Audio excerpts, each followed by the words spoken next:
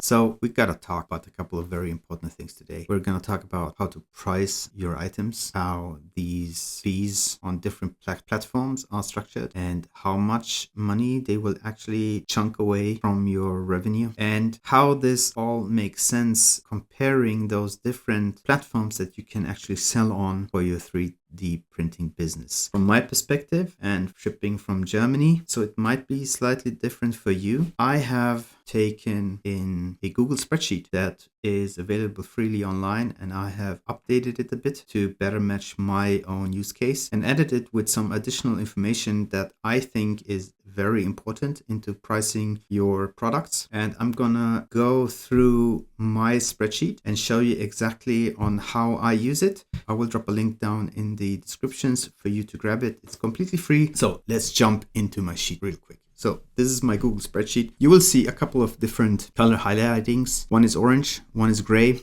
and one is green. The greens one will show up later on. The orange ones are basically things that you can fill out and you should fill out. Gray ones are just calculations, and the green ones are important information that you need to keep in mind. It'll all make sense in a minute. So basically the item description, what I'm doing here is I have usually when I'm printing my products, I usually print 9 of them at a time because those are exactly 9 items fit on one build plate. If I'm taking my A1 build plate, exactly 9 items will fit on this build plate.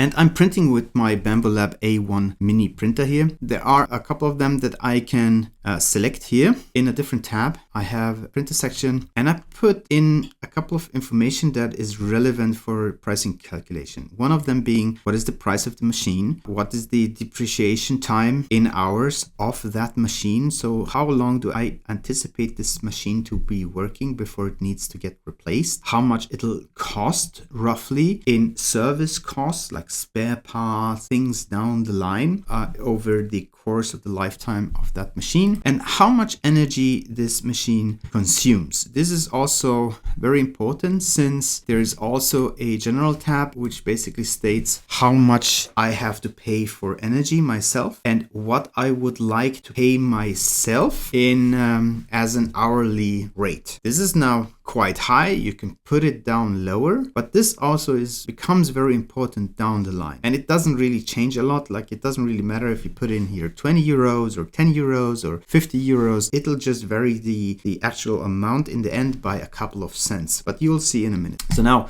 if I go back to quote, I also have a filament selection. Since different filaments come with different costs, all of these materials are listed here. There are different sources where I can get these filaments. They also sometimes come in different spool sizes, package sizes. They also have different densities and nozzle temperatures and stuff like that. But what is most important is what is the spool price and how much do I get on a spool and what is the actual price per kilogram of filament. So for these 9 stamps that I'm going to print, it'll roughly take 149 grams of filament, which comes with the cost of the filament. Also takes roughly 4.5 hours to print, and I will get 9 items after 4.5 hours of print. So far, so good, so simple. There are a couple of steps that are included, needs to be done while printing, right? One is preparation, so like model preparation, slicing, material change, transfer and start, like stuff like that, and post-processing, like job removal,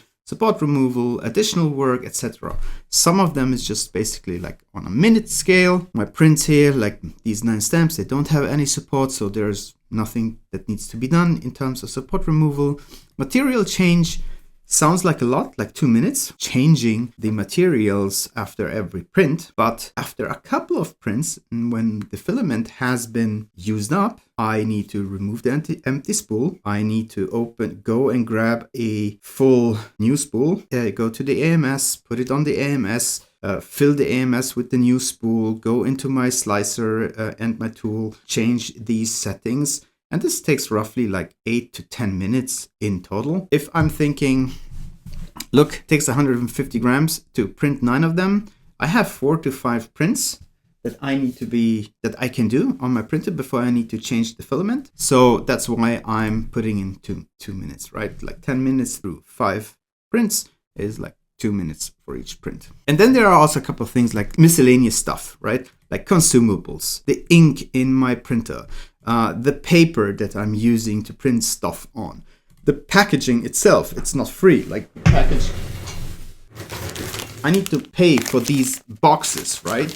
That I'm using to put my prints in before shipping. And then there's also shipping costs. And shipping costs are very important. Like these shipping costs, like this here is on a per item level. It's not on a per print or 9 item level, right? So it'll cost me for each print that I'm sending out to individual customers, roughly €4.17 just to ship a product to the customer. Now, the shipping cost is by far the largest sum in all of these calculations. And that is especially important because depending on if you are doing the fulfillment yourself, or if you're having somebody else do the fulfillment for you, this cost will vary by a lot. And obviously there is also failure rate. Roughly, you can think about the failure rate between 5 to 10, 12%. Why so high? If you get lucky, the print will get stuck, there's like a misprint or something else happening, and you just wasted like 20 grams of fulfillment, right? And then you need to start over because you're printing 9 of them. So if one fails, like all of those other 8 ones that would have printed correctly, they are basically trash. Sometimes you get unlucky and it just fails on the last layer line, basically wasting you 140 grams of filament. So if you're just thinking about the filament cost alone, failure rate will probably account for roughly, in my case, even if I'm having very simple prints with a very reliable printer, it's roughly around 10%. If it's not 10% and it's lower, good for me. My profit, my margin just increases. But if not, it's good to have it calculated into the price, so you're always on the safe side. So now, what does it cost me for one item, right? Like I'm printing 9 at a time. What does one item print really cost me, including shipping? So filament cost is roughly 25 cents, electricity is 8 cents, printer depreciation is 10 cents, preparation 37, post-processing 37 cents. And this preparation post-processing is basically only 37 cents because I wish to pay me 40 euros for each hour that I invest into my business. If I'm going here and I'm changing this maybe to, let's say, I just want to earn 20 euros per hour working, preparation and post-processing goes down to 19 cents. I don't want to do that. I still wish to pay me 40 euros per hour. So it's 37 cents, right? Miscellaneous, €4.17. This is, the whole packaging and shipping and everything to get it to the customer. And this is really important to note because depending on the platform you're using to sell it on, this will vary by a lot. So for example, if you're using Amazon FBA, this sum here, it goes down. Instead of €3.90 for shipping, it goes down to 60 cents per item. Why? If I'm shipping to a customer, I need to ship each individual box to each individual customer, which will cost me €3.90 just for the shipping alone. If I'm using Amazon FBA, I'm basically packaging a whole box with 100 items and I'm shipping just that one single box to Amazon, which is obviously more expensive than €3.90, and it breaks down to roughly 60 cents per item. And everything else, Amazon will figure out. Amazon takes care of the shipping and the fulfillment and everything else. I have nothing to do with that. On the other hand, Amazon will take a larger percentage cut out of my revenue. So we'll see how this actually plays out in the end. So basically, for every item that I'm selling, if I'm shipping it directly myself to the customer, every item out the door will cost me €5.88. €5.88, including the failure rate. Let's talk about markup. Usually, you don't want to have a markup below 60% because out of your markup, everything else, like up until this point, is money spent. This is what we need to put up out of our own pockets, just produce and ship the item to the customer. That amount needs to be accounted for when we are selling the product. Any price that we're putting up, this will be deducted from the price and the rest will be our revenue. So if we're selling it for €6, we have 12 cents in profit. That's it. No more. So if you're thinking about, okay, we want to have a markup of 80%. What would our suggested price be? Our suggested price needs to be €10.59. If we are charging the customer €10.59, we will have a markup of 80% of our cost. To round it up, it's 11. Let's just say, okay, 11 sounds like a fishy number. Let's just say we are going to price our item for €12.90. A lot, which leaves us with a profit of €7.02. If we are able to sell our product for $12.90, we will earn €7.02. Now, you're saying, wow, this is great, right? Like €7. It's not like that. We're not actually earning €7. Out of those €7, we'll still need to pay the platform fees, because the platform fees are not calculated based on our production cost, but actually the actual price that we're charging the customer. So we're charging the customer €12.90. So on Etsy fees, that's roughly €1.85. On Etsy, we have like relisting fees, we have the transaction fee, we have the payment processing fee, and we have a payment processing flat fee. These are all the costs that Etsy will take out of our sale price. All of this combined, if we're selling it for $12.90, is €1.85, which leaves us with a profit of €5.16. Not bad. If we're able to sell it for $12.90, we will earn €5.16. Now on Amazon fees, if we're using Amazon FBA, so fulfillment by Amazon, basically we are just shipping our products to Amazon and Amazon takes care of all of the rest. We have nothing to do with our customers. Like Amazon is shipping out the products, they are taking back the returns, the end packaging, they are putting it into boxes and shipping it out and putting all the labels and printing the labels and putting the stickers on the boxes, which is time that you need to invest on Etsy yourself, because on Etsy you're going to do the fulfillment yourself. So on Amazon it's roughly 40% based on your category. There's some categories that are a little bit cheaper. You basically say it's between 25 to 40%. I've almost never seen anybody just pay 25% on Amazon. It's mostly around 40%, a little bit lower maybe than 40%. So let's just pick 40% and just think about the 25% as the best case scenario on Amazon. On Amazon, those fees are €5.16. €5.16, which is a lot higher than Etsy. But wait, on Etsy, you have to do everything yourself. You have to do the fulfillment yourself, and you have to pay for the shipping to the customer yourself. On Amazon, Amazon is paying for that themselves. They're just taking it out of this amount of money that you're paying them. So basically, even though the Amazon fees are €5.16, your profit on Amazon is also €5.16. Hopla. Which is exactly the same like on Etsy, minus all of the work that you have to do yourself on Etsy. Now wait a minute. You're thinking €5.16 plus €5.16. That's not $12.90. Where's the rest of the money? It's just €10.32. Well, we had to pay 60 cents for shipping instead of $3.90. So this is like an additional subtraction that we are not getting a return of. So basically Amazon is taking a bigger cut and they're taking the shipping out of your cut, but you still have additional shipping costs on top because you still need to send the item to the Amazon fulfillment center, right?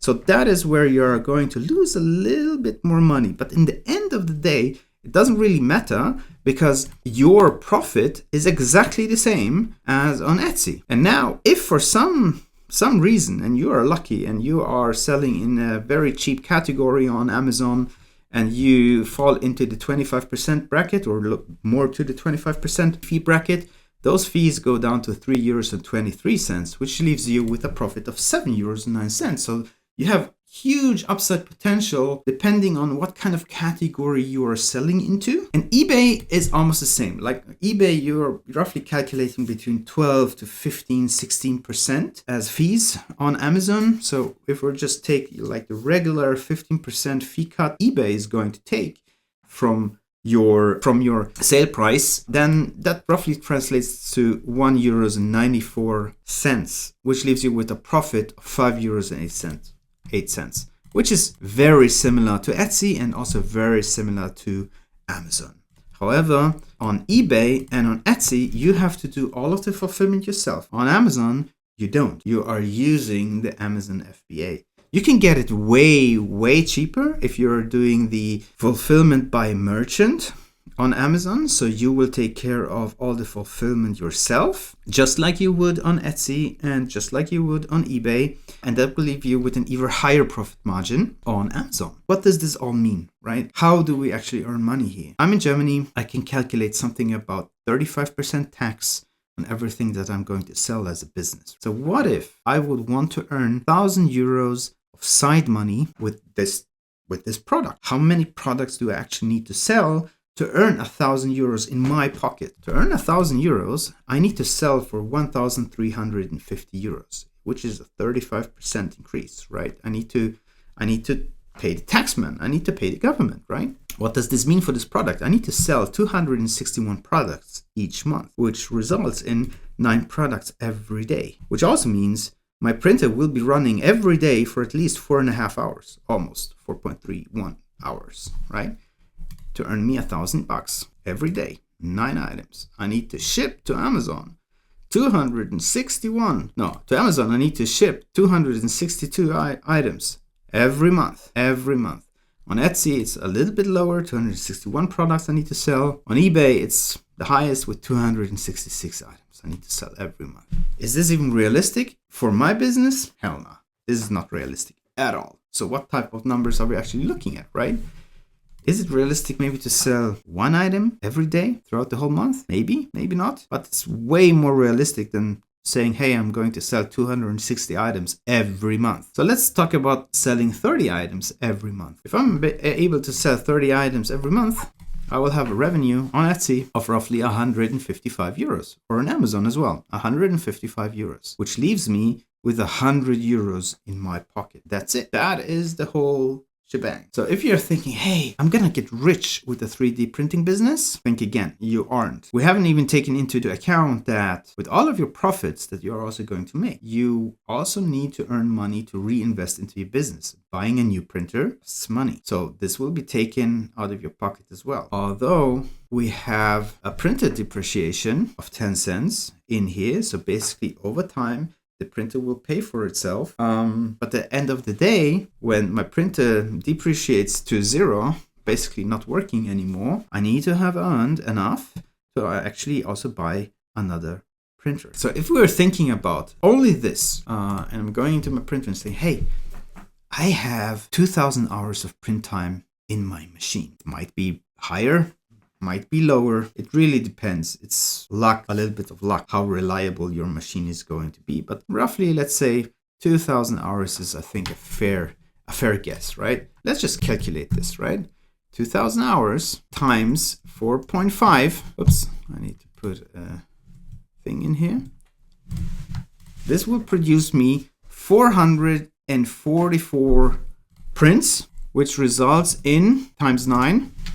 4,000 items that I'm able to sell. If I'm taking from this quote, I'm saying, hey, I'm gonna earn 5 euros and 16 cents for every item that I'm selling. Oops, where is it?